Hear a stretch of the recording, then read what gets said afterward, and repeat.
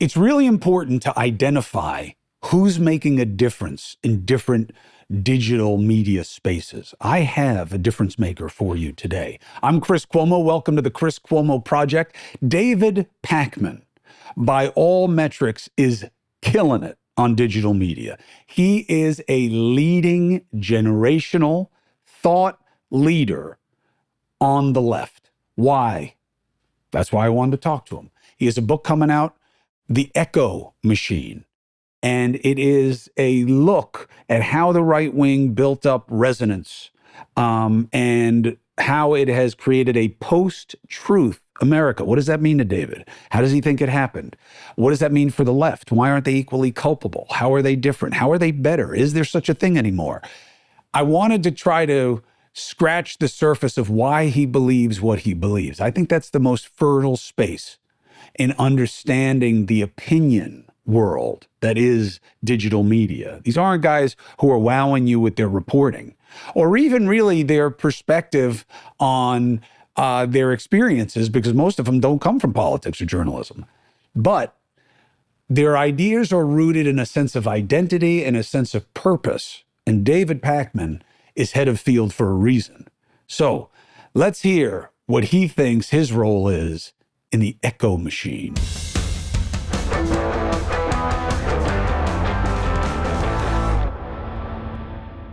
David Pakman, pleasure to have you here on the Chris Cuomo Project. Thank you for spending time with me. My pleasure. I like your book, The Echo Machine. I think it's directionally the right kind of conversation to have. The subtitle is How Right-Wing Extremism Created a Post-Truth America. My beef is that I think you're ignoring half the fringe and the amplification of fringe on social media. And I believe that you don't have the right-wing advantage without the left-wing counterbalance and what they have been trying to do. Why do you focus on one and not the other?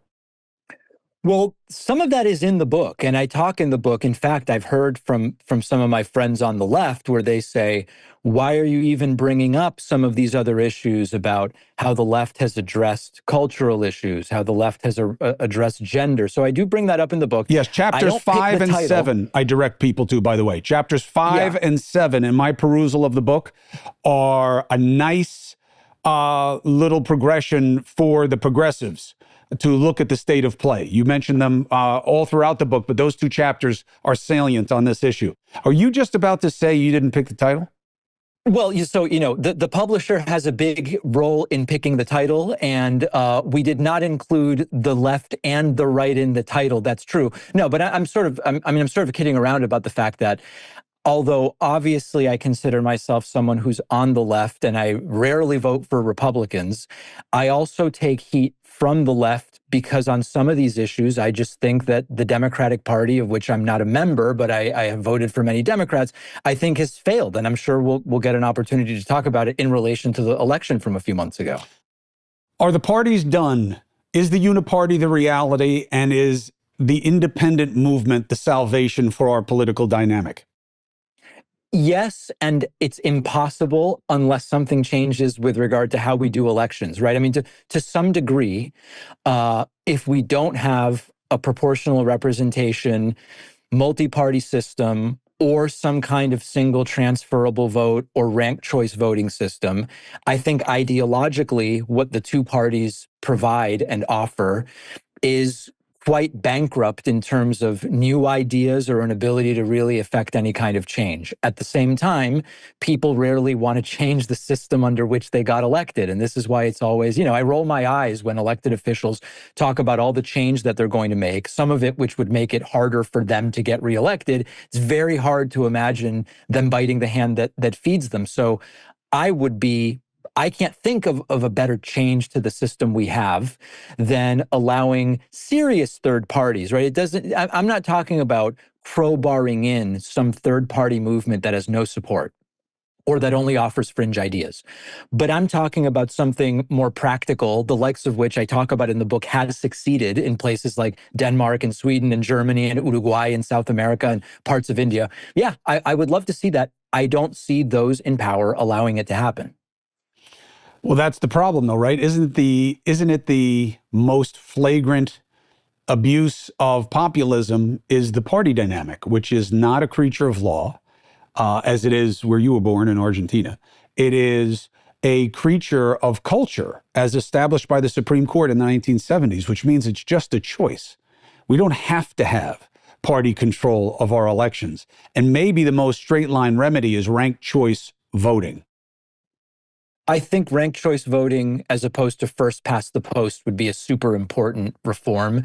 And this doesn't ignore a whole bunch of other reforms when it comes to the voting systems that I talk about in the book. But the number one reason, when I speak to my friends on the left, I don't talk to anybody who says, I just love the Democratic Party. It's awesome. It offers me everything that I like. It's the policies I like. It's the people that I like. It's often none of that. It's a much less scary option than the Republican Party. But the number one thing that prevents them from voting third party, and it's like a race to the bottom, is I don't want to accidentally help the candidate that I really dislike. And you know the math of it as well as anybody else. In a close state, that can make a difference. If you really don't want Trump and you'd rather someone other than Kamala Harris and you vote third party, you're effectively making it likely that Trump is actually the one who wins that state. And that's what keeps most people from voting third party. Now, one other thing I'll say, Chris, is the risk of that doesn't exist at the local level where many municipalities have put in place ranked choice voting, or it's less of a concern because you're not going to end up in that super tight scenario. So a lot of this stuff has to kind of start at the local level before it goes to the presidential election. Post-truth America. Are we post-truth, or do we just have this new injection of opinion in the podcast form? I find most podcasters are opinion makers. There's almost no reporting that's broken on podcasts. And when it is, it's spoon-fed from like Elon Musk to these guys with the ski hats on the right. So is it that it's post-truth, or are we just kind of like in some kind of hyper-opinion mode? Well, post-truth means like three different things. So there's three parts of it. One, Kellyanne Conway's Alternative Facts. More recently, Trump's press secretary went on Fox and said, we believe there's tens of millions of dead people getting Social Security payments, tens of millions. At its peak, it was probably 10 or 15,000, most of which were like a month or two before the SSA caught up with death certificates, right? So 15,000, tens of millions. It's just not true. But that's been blurred by a party, the MAGA party, that has said, you're going to hear diametrically opposed things from others. We have the monopoly on truth. Trump saying, I alone can fix it. I know more than the generals and the scientists and the teachers and the engineers, and right. So that's one part of it, which is they have said we are the ultimate source of truth. I would never tell my audience that. I say fact check me. I could get it wrong. I'm not the ultimate source of truth. That's one difference. The second thing, as I talk about in the book, is where are the critical thinking classes, the epistemology classes, the media literacy classes, and the way that this manifests is if you put a chyron on the screen and it says live in the corner, and there's nice makeup, and you've got, your raincoat pinned so it fits well, right? You know what I'm talking about? People look at that and it looks like the news. So they go, this is a news report, even if it's not a news report. So it's like an all of the above thing. And that's what I mean. Post-truth isn't one thing. It's all of this stuff. And of course, it's like the podcast opinion, algorithmic industrial complex too. What I think is interesting in terms of the shift, and it could just be optics, and you may dismiss it as that, the right seems to be more accommodative of dissent than the left. The left is the home of the cancel culture, and they'll say, no, the right is. I'm not feeling it. And not just because of what happened to my brother. That was about rules of a political party. The irony is nobody understood what was happening better than we did. In his party, there's a rule. An allegation is enough. And he was well past that standard. So it was clear his party was going to come after him. But you guys seem intolerant. If we don't agree, I'm bad. If I don't want to accept everything you want me to accept about trans life, I'm a bigot. And I feel like this has really hurt you guys with reasonable people who want this kind of range of agreement and a range of acceptance. And you guys, through, let's say, the spirit animal of an AOC, seem like scolds and very rigid. And if you don't agree with everything I say, you're a bigot, probably a white man, and you should be canceled. What do you do with that? Well, I don't disagree with you that that is a problem. And in fact, when I did my kind of post-mortem of why Kamala Harris lost, I included that. I think that that's a fair criticism of a part of the left. The way I would modify it a little bit is to say the right is much more about big tent, all views are welcome when it comes to winning the election. Once they're in power, it's different, right? So, you know, some of my friends on the left were saying, MAGA's different this time. They're going to cut military spending, and it's a new MAGA and it's a new Trump. And I said, yeah, that's what you think from watching everything up to November and a little bit between November and January. Does anyone think Trump's going to cut the military budget now? Of course not, right? So I think that there is a more welcoming environment leading up to the election, and good for them, right? I mean, they're using that to win. They figured out, come on in. You used to not like Trump and now you do, or it's not even that you like him, but you're skeptical about something on the left. Come on in. The left employs the purity tests. The left employs some of these, you're either with us or against us things. And as a result, it's a disaster for elections. Now, I think it's also important to mention at the same time that part of what I think the left struggles with is not that that stuff you described is so prevalent. Like if you go and you just talk to working Democrats in Michigan, they're not keyed in on a lot of this stuff. It's the economic issues. But the left takes the bait very often and ends up dying on some of these hills for things that actually should never become as big of an issue as they are. And again, congratulations to the Republican Party for being able to trigger that sort of response. I think that's very intelligent. And I think it's very mindful of a very big delineation that is not easy to draw all the time, especially as an exclusively digital media guy, which is what people worry about is not what's on social media. For me, the kind of flashpoint, I guess, was the Harvard study where they had like some ridiculously large sample size. And it was that 80% of people who are Democratic consider themselves center left. And I was like, well, then they're not on fucking Twitter because these people are rabid. And it made me realize that they can say there are 170 million users of Twitter, not active, they're not. And it's a small fraction of that, and it's all the intensity. And you guys lost the election because you owned the status quo, and people didn't like the status quo. That's really the end of the analysis. There are all these other things that happened that were ancillary or really straight up externalities that wound up mattering only in the narrative structure, not in the demography. Where you lost because of the election, and to the extent that they needed a substitute issue, it was immigration because it was proof of perfidy that, you guys just didn't do what you were supposed to do on your watch. That's what immigration mattered to them. They didn't have feelings about throwing everybody out or letting everybody in. It was just, you guys pretended this wasn't a problem. It got worse on your watch. And that's the thing that cements my feelings about the economy under Biden and Harris. And that was it. Everything else was just noise. The question is, do you believe that you're seeing on the left right now an acceptance or an acknowledgement of what went wrong and doing things differently?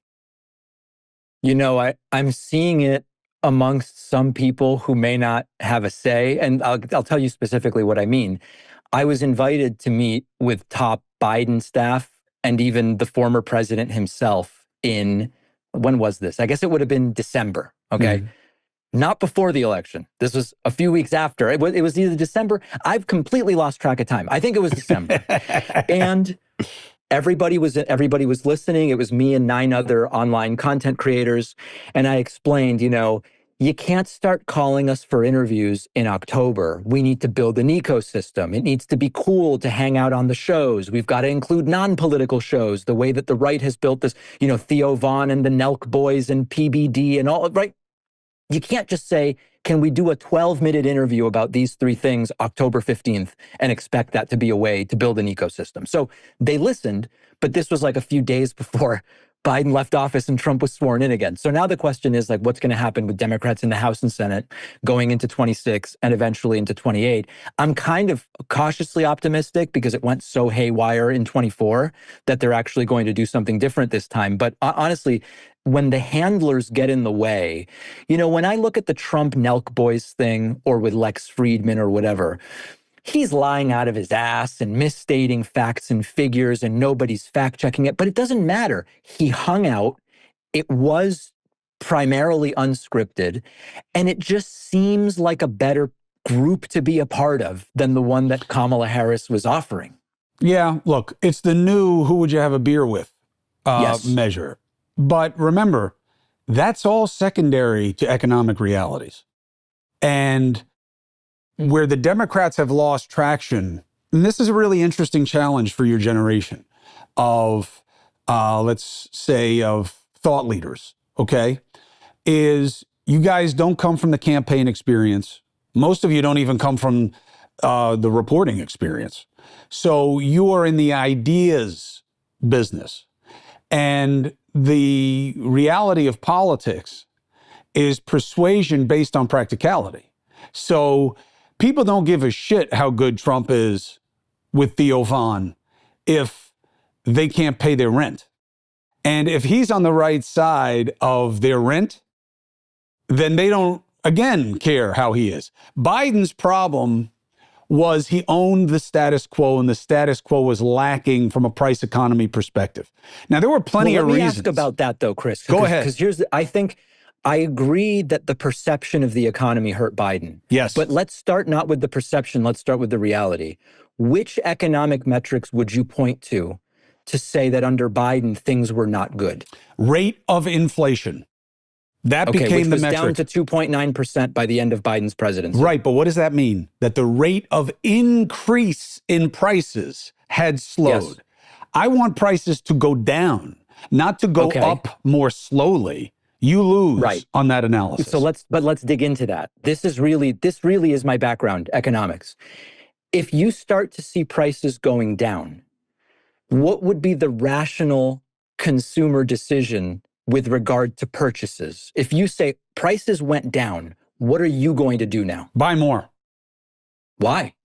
Because prices are lower and I'm a consumer. But if you expect prices to continue down, the rational economic actor would say, I'll wait till things are even cheaper. Not in America. But I agree with you. In terms of an indifference curve, yes. But in terms of what we do, remember, there's something you have to build into this that isn't semantics, and I'm not just playing one finance background to another, is Americans overspend more than any other developed culture. Our reliance on credit is crazy. So most people, you're right, David Pakman's right. When prices go down, you stay on the sidelines and you wait, and the trend is your friend. But in America, they buy themselves all the way down and they buy themselves all the way up because they're borrowing most of the time that they're doing it.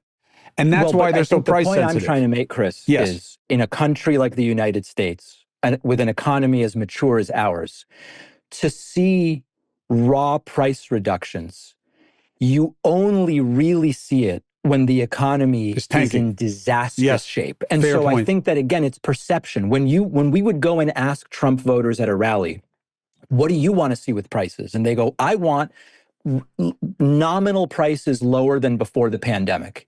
They don't realize if that happened, we would be in an economic collapse, the likes of which you can't imagine. 100%. But this is your post-truth point. But it's always been true in politics, which is perception beats reality. I agree. And when you are the insurgent, you attack the status quo. And Trump, what's his name? Reagan's guy came up with the best deceptive metric in history.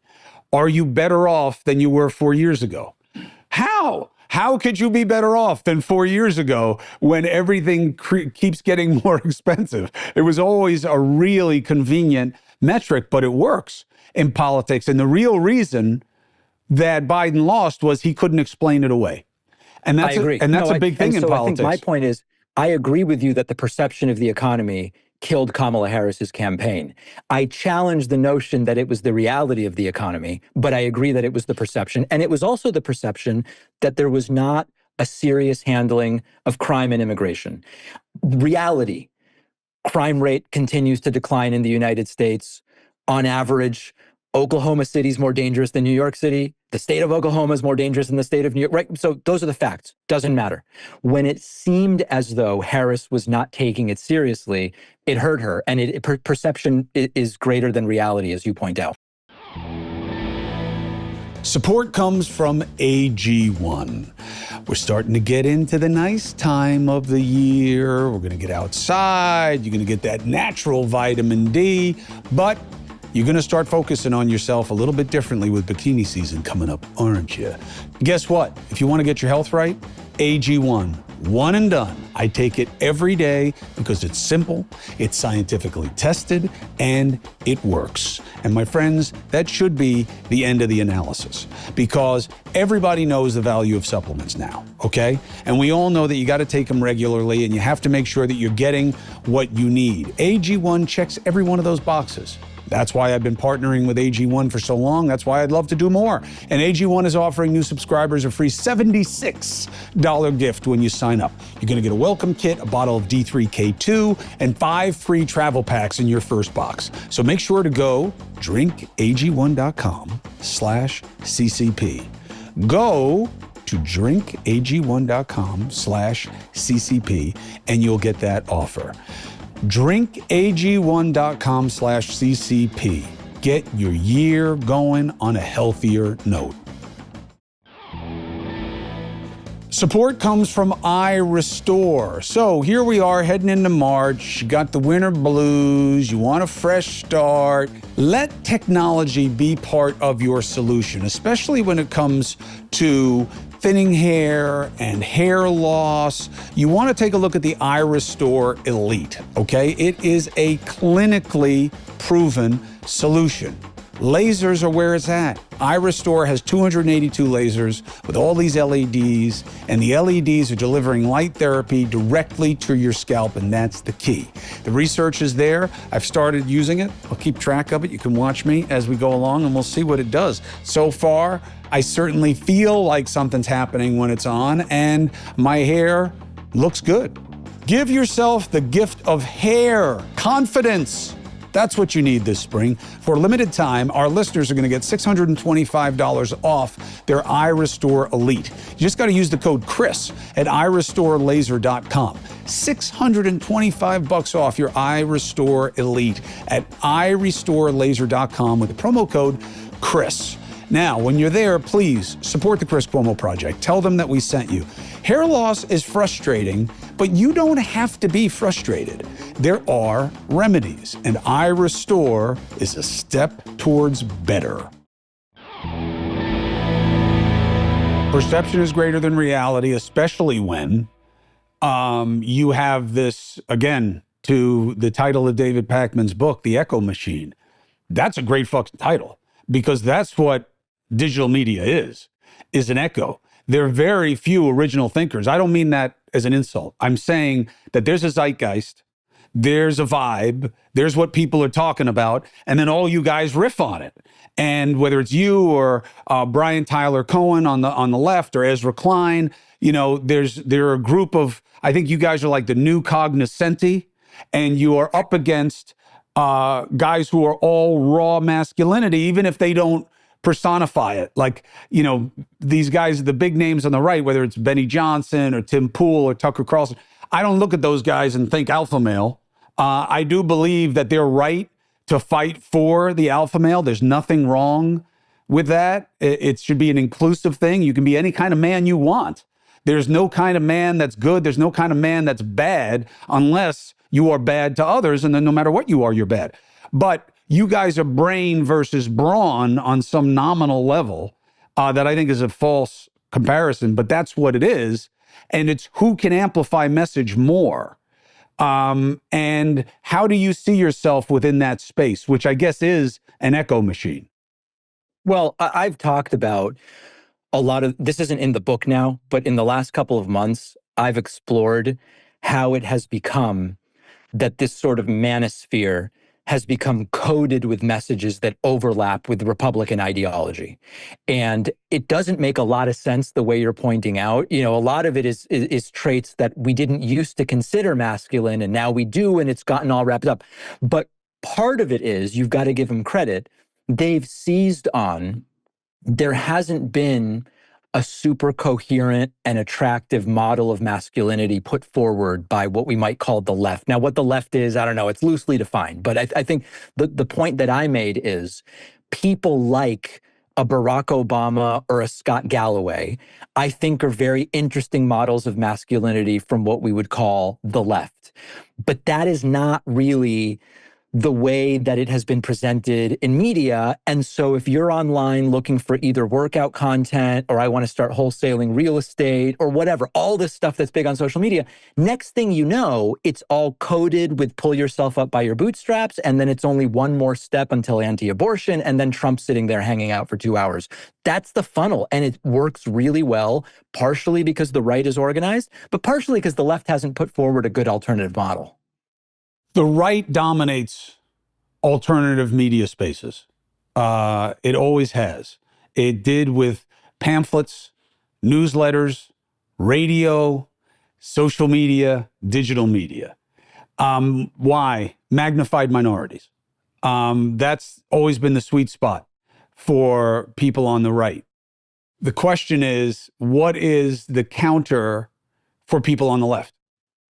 Well, you're forgetting one major reason why they've succeeded. I mean, if you go back to the start of talk radio and religious broadcasters, a lot of right-wing radio started with church stations.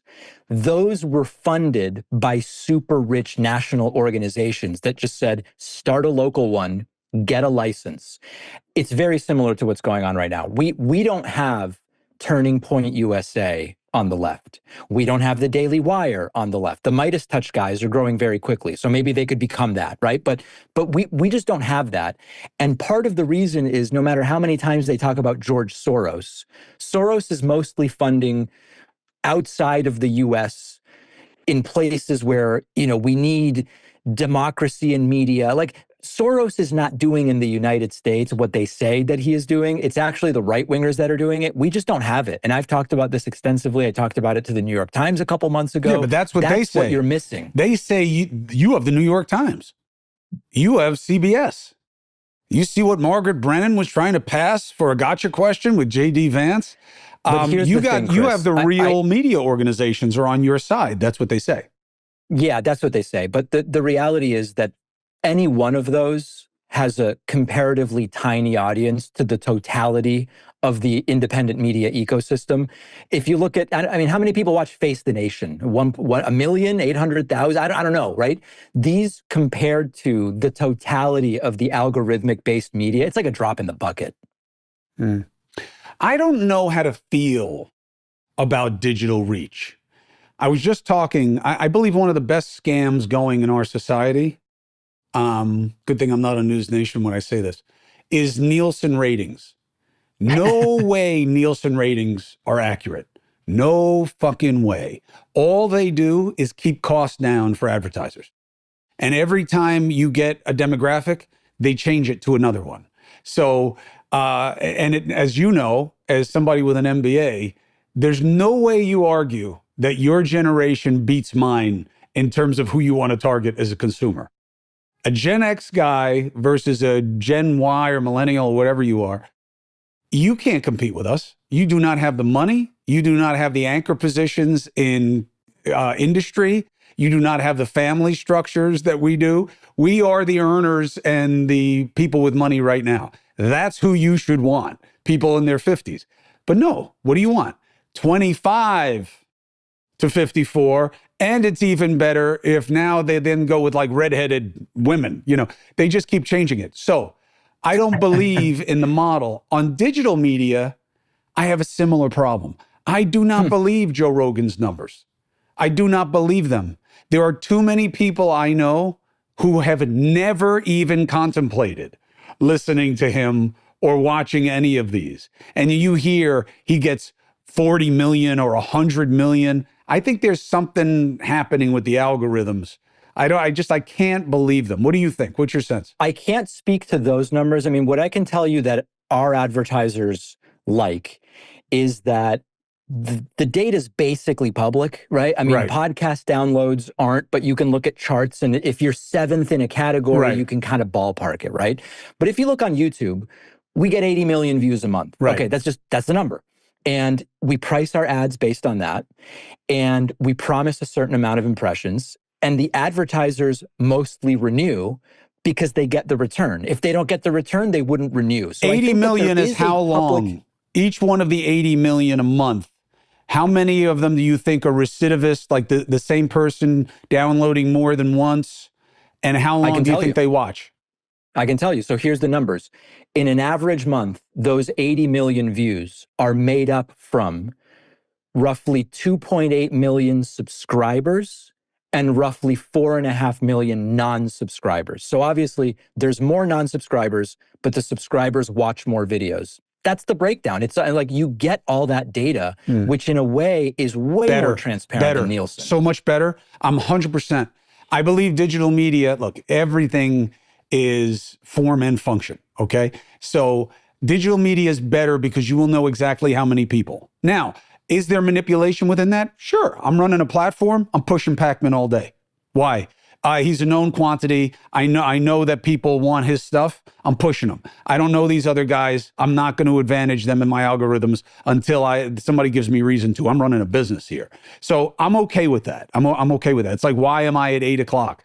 That's when the flagship program is on cable. That's why. It's not at 7. It's not at 9. I know Maddow's at 9. I know I was at 9 at CNN. 8 o'clock is where you want to be. And Maddow was on at 9 o'clock because Chris Matthews had a different position earlier on. And if they were going to redo it right now, she would be on at 8 o'clock. My point is that you always make preferences within media. My question is what you do with it in terms of a value proposition to people. I honestly believe the party system is dying, that uniparty is one of the only conspiracies that's true. These cats know that they're just fucking with one another for advantage. And I've known it my whole life, David, because even when I was younger than you are, I'd have these people on who wanted to kill each other on television. And in the commercial, they would be fucking around. And I knew then, like my father, when he went at it with these guys who you've never heard of, whether it's Gabe Pressman or Ted Koppel or Sam Donaldson, he wouldn't even look at him when he would leave these interviews. They were lucky that he didn't hit them. You know what I mean? It was real then, and it is all contrived.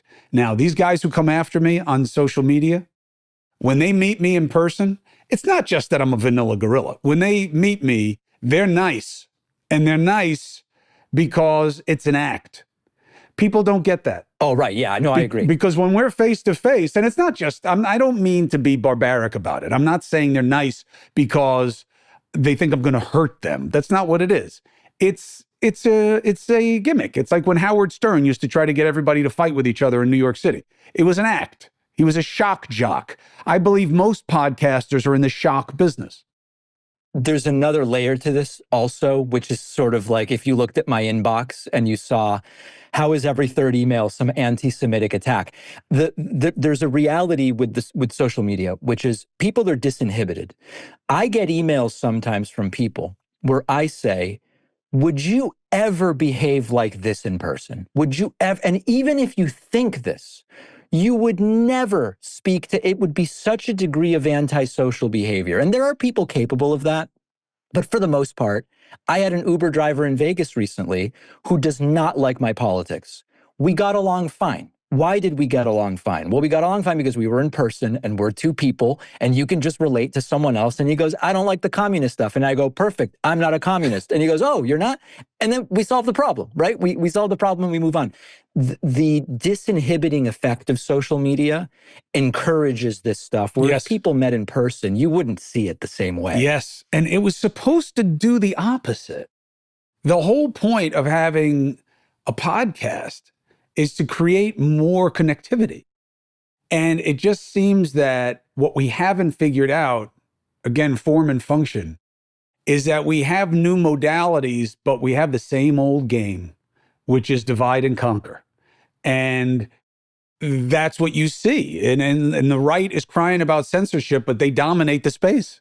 So the censorship must not be working that well when Tim Pool, can be a 4-foot tough guy with a ski hat on and big cans that I don't know why they still wear. I don't know why they're still wearing the cans. We all have great technology now. There's no reason to have cans on your head. Technology has improved so much. But Chris, the one thing that I think does make sense to distinguish is it's very easy for me to get along with people with a lot of different views. And whenever I'm in DC, I know that DC votes very Democratic, but in the city, in terms of the people working, people come in from the suburbs, and it's very, very mixed in terms of the people you run into.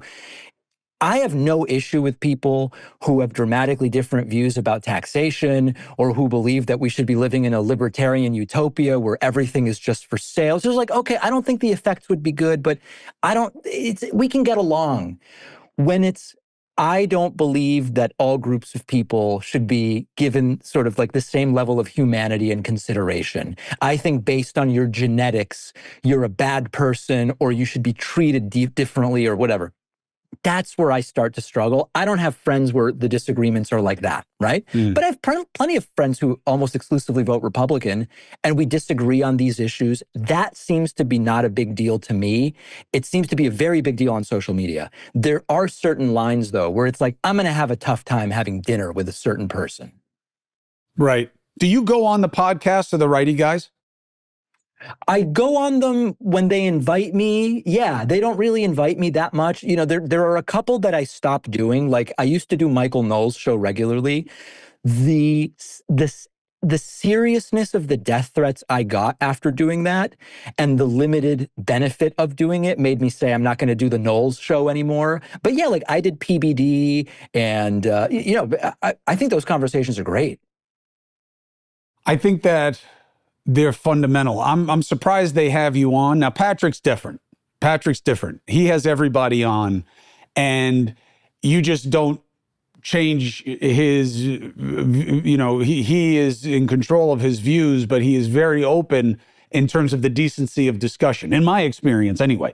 That was my experience as well. Could not have disagreed more with almost everything he said, and it happened very cordially. Right. And now look, most of the time he has people on where there's a sameness, but I think that he's trying. I think valuetainment is actually going to be a very big deal. I think that that's the model that you're going to see of taking over. He's going to have a real media thing. Like there's a really good chance that a Pakman will have a show on valuetainment, and so will Dan Bongino, which was where you would say, Can you imagine me becoming a Florida guy? That would be wild. Well, look, I mean, it's about where the opportunity is, because I believe that the silo effect, what you call the echo machine, is this kind of syndicate of silos, and they are the problem. Is that people? I was just talking to Rick Wilson, and he was saying, I don't know about the independent movement because there aren't any real independents because everybody's getting siloed. I don't know that I accept that because of two things. One, I think we're greatly exaggerating how many people are part of this digital sphere and their ability to be critical thinkers. I think independents are kind of de facto open. And I think that you're not giving the consumer enough credit for their ability to differentiate among products. And I don't think they're listening to Tim Pool and David Pakman. I think that they're going to be entries into the space on the right. Like my big prediction, Joe Rogan does not own the spot 18 months from now, a year from now, the way he did a year ago. No way.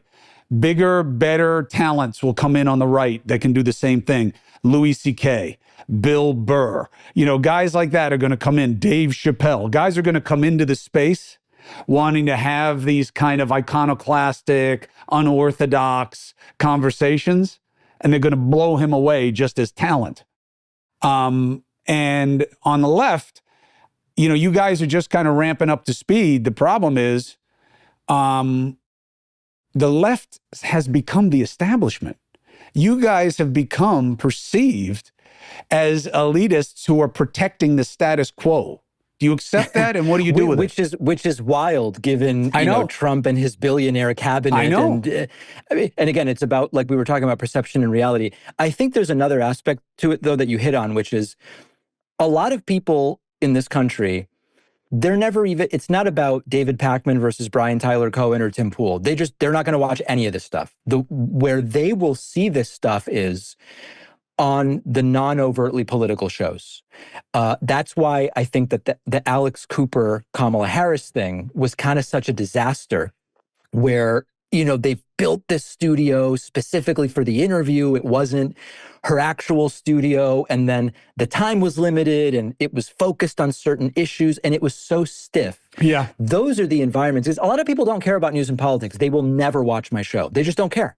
But when it crosses over into the entertainment space, it's got to feel different. It can't be the 17-minute interview with a handler standing behind you, 1 minute left, 1 minute left. And I think that that's where the left really needs to improve. Yeah, the smartless factor of having those guys, and how do you come off in that kind of situation? I definitely think that's there. But again, the want to have a beer metric has always been a real thing. I think it's that the challenge is that you now have all these people cooking ideas and spinning things. I mean, look at Elon. I've never seen anything like that before. The disconnect between him and the Oval Office and on Twitter is radical. Radical. The guy does nothing but push propaganda. I mean, he was so dead wrong about the Social Security stuff, about the USAID stuff. I mean, it's crazy to have a guy who's being prized for his proficiency to be so wrong. I mean, we've never seen anything like it before, but it's all pack mentality. No pun intended in terms of Pac-Man. But I don't know what to do with it. I entered it for a reason. I'm at News Nation for a reason, because they'll let me attack the game all the time. I don't attack the media. You talk about corporate media rot. I believe that, I don't know when this is going to happen or when it's going to click in, but I don't think that the legacy media, as you guys call it, has ever been more valuable than right now, because podcasts don't report on shit. Their basis of information is stuff that they grab opportunistically. The idea of why is 1875 used in the Social Security COBOL code? Fucking Tim Pool ain't going to tell me that. Patrick Bet-David's not going to tell me that. News Nation is going to tell you that, or somebody with reporters and staff, that can dig and has accountability mechanisms and fact checkers. You need them more than ever. What do you mean when you say rot? Well, I think that there's a distinction between AP and Reuters and sort of primary news gathering, and then the incentives of the 24-hour news structure.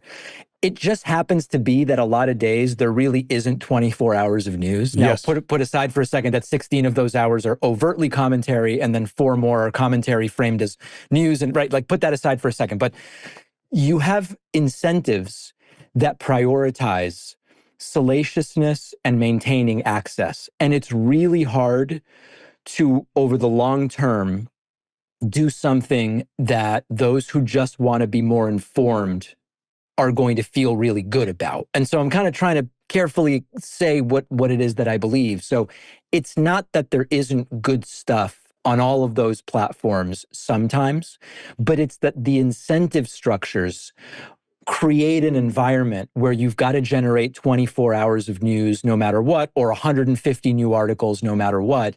And it ends up recycling a lot of stuff, lowest common denominator stuff. Listen, we have someone at the White House every day. I guess that's where the news will come from today, even if the news really is, at some union negotiation or on the border between two countries in Europe or whatever the case may be. So I think that is kind of like a structural rot that I would point out. And then, the relationships with advertisers, it depends on where you look. Like I have advertisers, okay? I had to look today for a segment to see what are the advertisers today. On the first day of the month, I record a bunch of ads. I never hear from them. I never talk to them. They never talk to me. Fine. When you had the Deepwater Horizon oil spill, and you would go from Anderson Cooper reporting on it, and then into a commercial from BP with blue skies and rolling meadows and the entire thing, most people can look at that and go, even if I can't identify exactly why I'm not getting the full story here, that appears to be a conflict, right? And so that's kind of what I refer to. You're also right that a lot of the smaller media can't do investigative stuff because it is more expensive. It's way cheaper to have someone rewriting articles. It's the sad reality.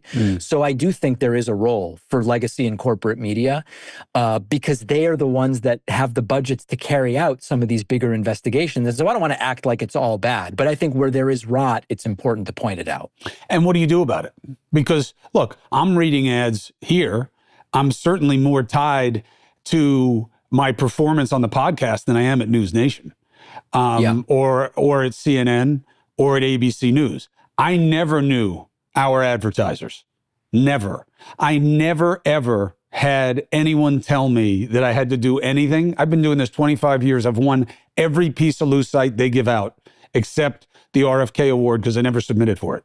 And I had never did anything because an advertiser told me to or not to. It's something people can use, but if it's true anywhere, it's true in podcasts because all I'm tied to is clicks.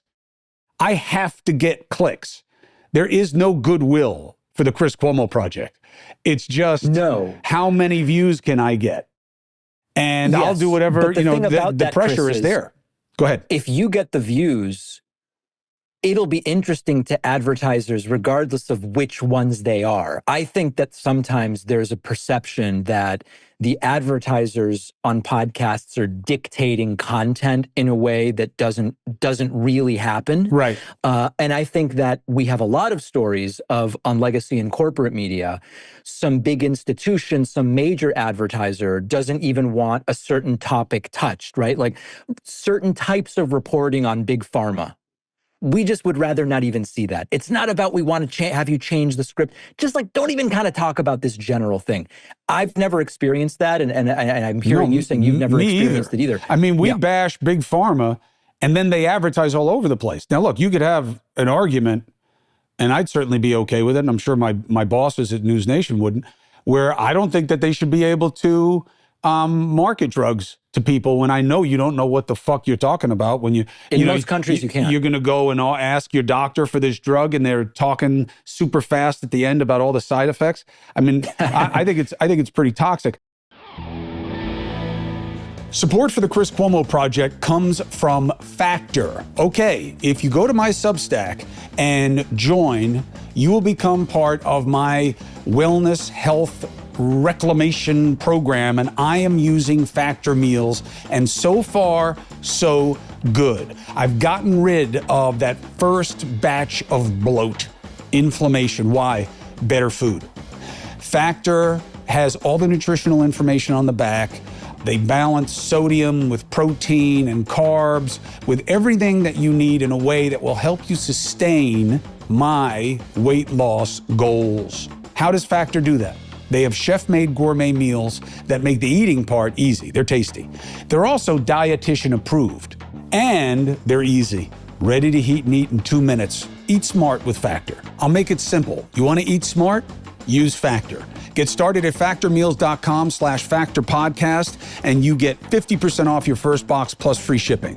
That's code FACTORPODCAST at factormeals.com/factorpodcast, and you will get 50% off plus free shipping on your first box.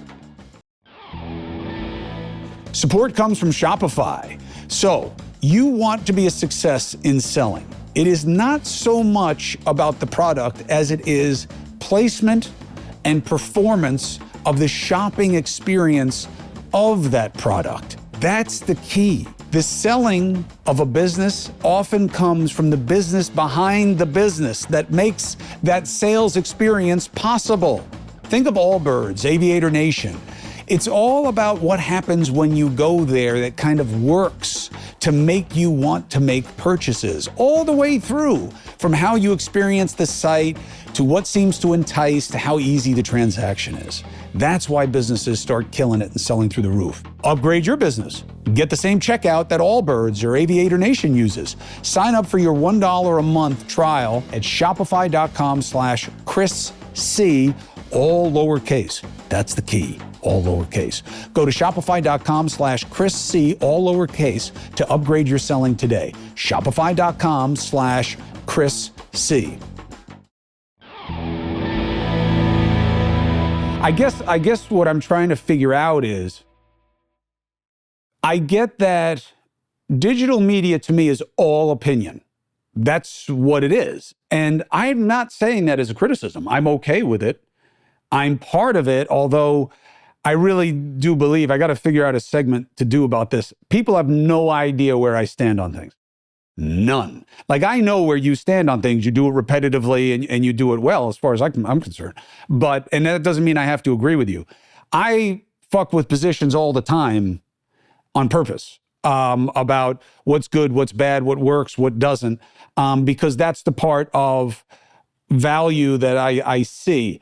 I don't believe that legacy media is losing ground to digital media because it's not as good. I think it's not as satisfying. I think that even though they all have a lefty perspective, like when Anderson called Governor Sununu a dick the other night, to me, that was a really big moment because of how Anderson explained it. Anderson Cooper, in my opinion, is the best male in the news business. I think he could get any job that comes up. I think he does the job for the right reasons. I know him. I know his work ethic, and I know what he's about and why he does the job. I believe all of those things. I don't care if people agree with me. That's my opinion. When he said, "I don't know why I called you a dick," it told me exactly where we are in the media. I believe him. He doesn't know. He does not understand how, in a medium that he's been in for 30 years, he just said something that he has never said to anyone before. Why? Because that's where we are in our level of dialogue. It's like, Pakman, you're like coming after me when I'm supposed to be asking you a question. You know, you're being a fucking dick. You would never think to say that until you just got influenced by a fact that that's all we say to each other now. Nobody has a real debate over ideas about what we should do with Medicaid. It's, Pakman, you can't spend enough of my money. You fucking commie. I don't know if it's the Argentine. I don't know what it is, but man, you can't spend enough of my fucking money, man. You big government pain in my ass. Versus, you want to take the net out from the most vulnerable people in our society, you piece of shit, faux Christian. You know, that is the level of dialogue that we have. That's the problem for me, is that there's no money in synthesis. There's no money in middle. There's no money in compromise or progressive pragmatism. It's all polarization. It's all advantage. Listen, I mean, I can't argue with that in some general level, but, you know, I do pretty well, and I'm at least making the effort to call out the left when I see the left is doing the wrong thing. I mean, listen, none of us are perfect. We all have bias. It's impossible not to. I think the key is identify where you have that bias. I know that I am going to be more favorable to certain ideas depending on who they come from. Strictly speaking, that's fallacious, right? I should be evaluating every idea. It's almost like we shouldn't know the names or physical appearances or parties of the candidates. We should vote based on a written thing of what they stand for. And then we could say, we're not being influenced by the party or particulars. I would love to tell you I'm not influenced by the source. Of course I am influenced by the source, and you should to a degree. You should be. And I think that in a certain way, it does make sense because expertise exists. But at the same time, we all have to be aware that we have these biases. I think that's a big part of what's missing right now. Yeah, I also think that you're a very fair broker. See, I've spent a lot of time absorbing your content because that's what I do. But you are stating propositions, and I want to see how far I'm going to take this. I believe that this is more true about you lefties than it is the righties when I think about it, which is, I think there's more intellectual honesty. I do not feel that you guys are saying shit that you don't really believe when you say it to me. And when I listen to righties, I'm talking about, first of all, your main problem on the left is that you're not extreme.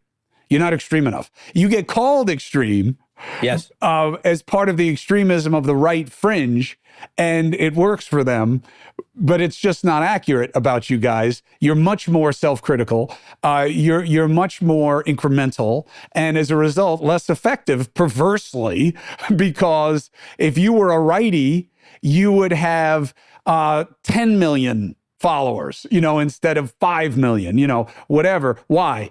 Because they're a much more coalescing group than you guys are on the left. But I believe that Pakman believes what he's telling me.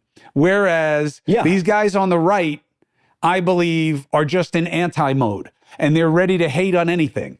Everything's part of this big, energetic black hole that has vaccines, has government spending, has gender, has all of these things in it that they are anti. And there's a mindlessness to it of rejection. But I also think it works in their favor. And how do you deal with that? How do you deal with what is winning is anathema to what you are about? Well, it's interesting how you talk about it works in their favor, because on the one hand, part of what we criticize about the right is that they put forward what we see as completely intractable, could never work ideas, things that to us seem crazy and to many Americans seem crazy.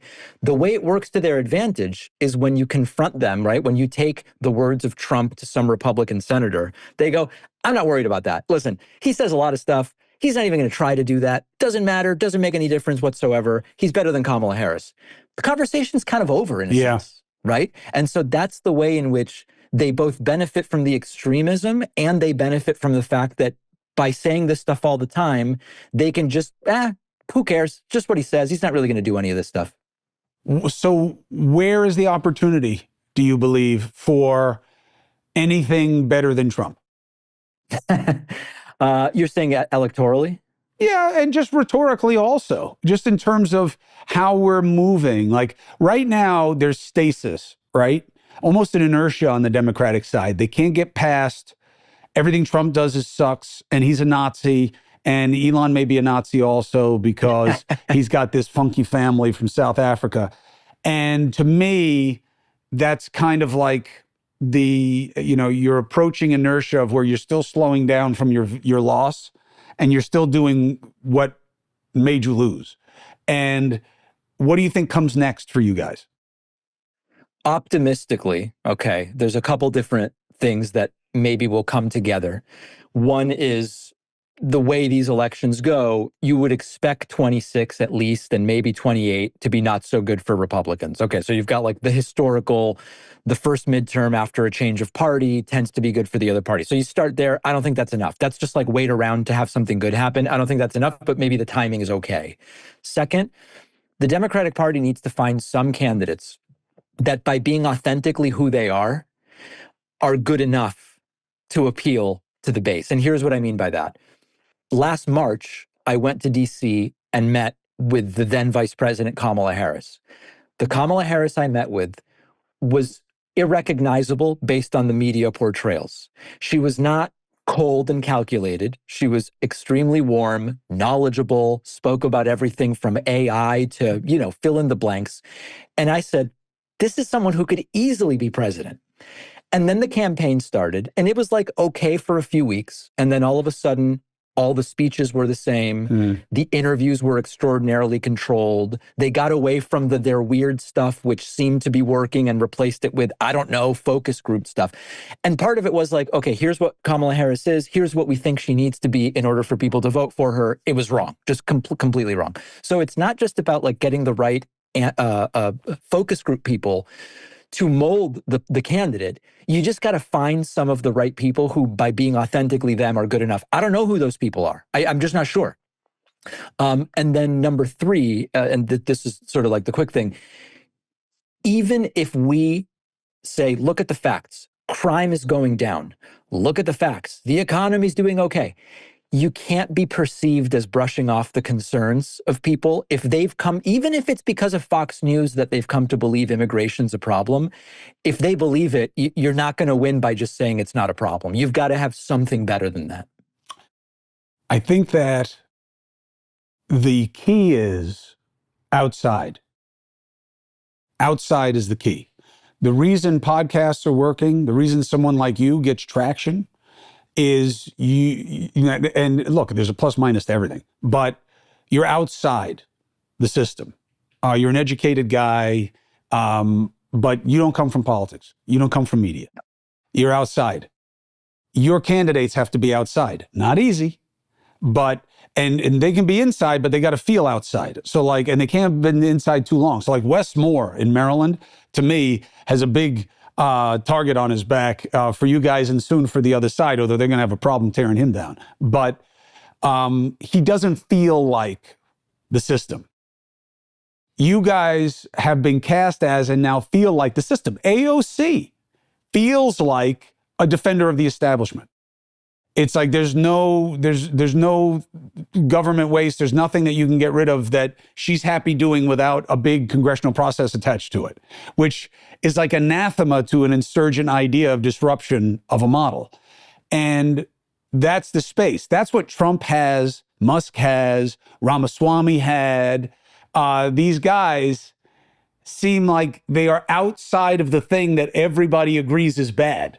Now, I don't agree that is bad. I was raised believing that government was like fucking amazing. That like, you know, my family came here 2 generations ago for government, for law and order, for resources, for an opportunity, you know, that they could then succeed or fail on their own merits. And, you know, now we see it very differently. It's hard, you know, you say, the problem is that nothing happens organically, David. Nothing happens organically anymore. Yep. And so it's like, I don't know where they're going to come from. Yeah, well, then they're not going to come because they only come because you bring them up. Yeah. And I think that for all the criticisms I have of Donald Trump, one of the things that was interesting about the 2016 campaign was he kind of started winning by attrition. Like when there were the 18 candidates. Yes.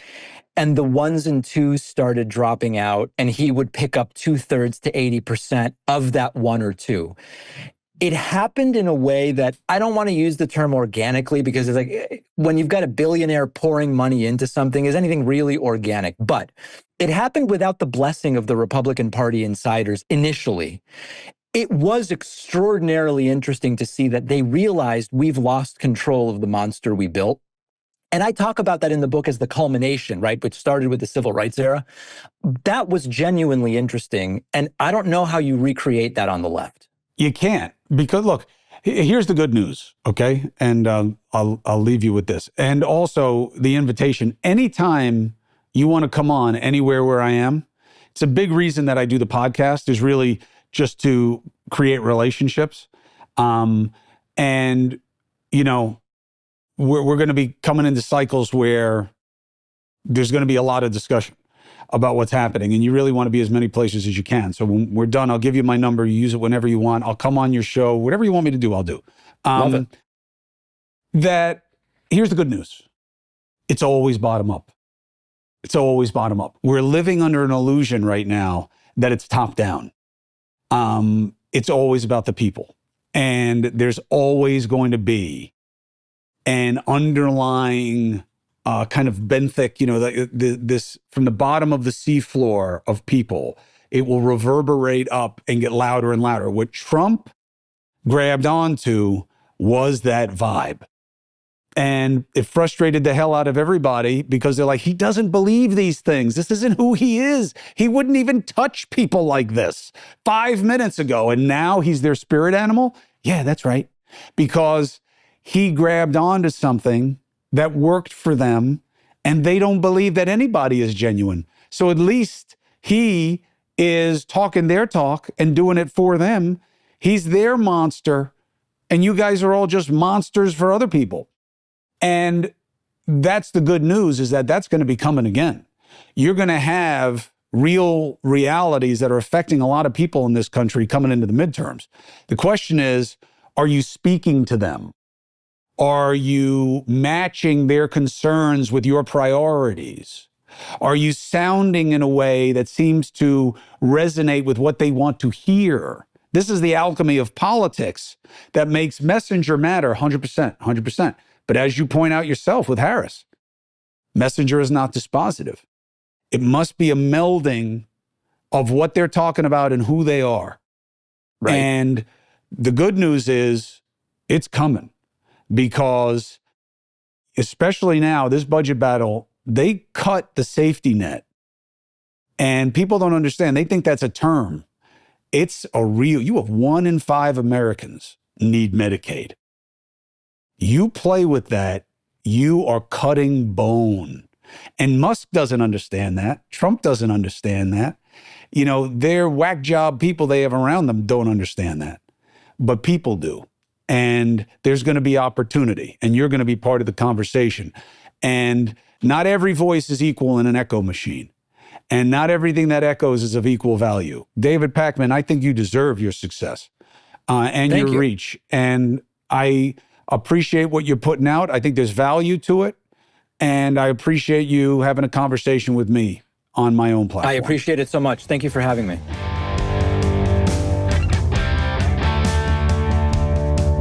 Smart guy, and I get why he is successful.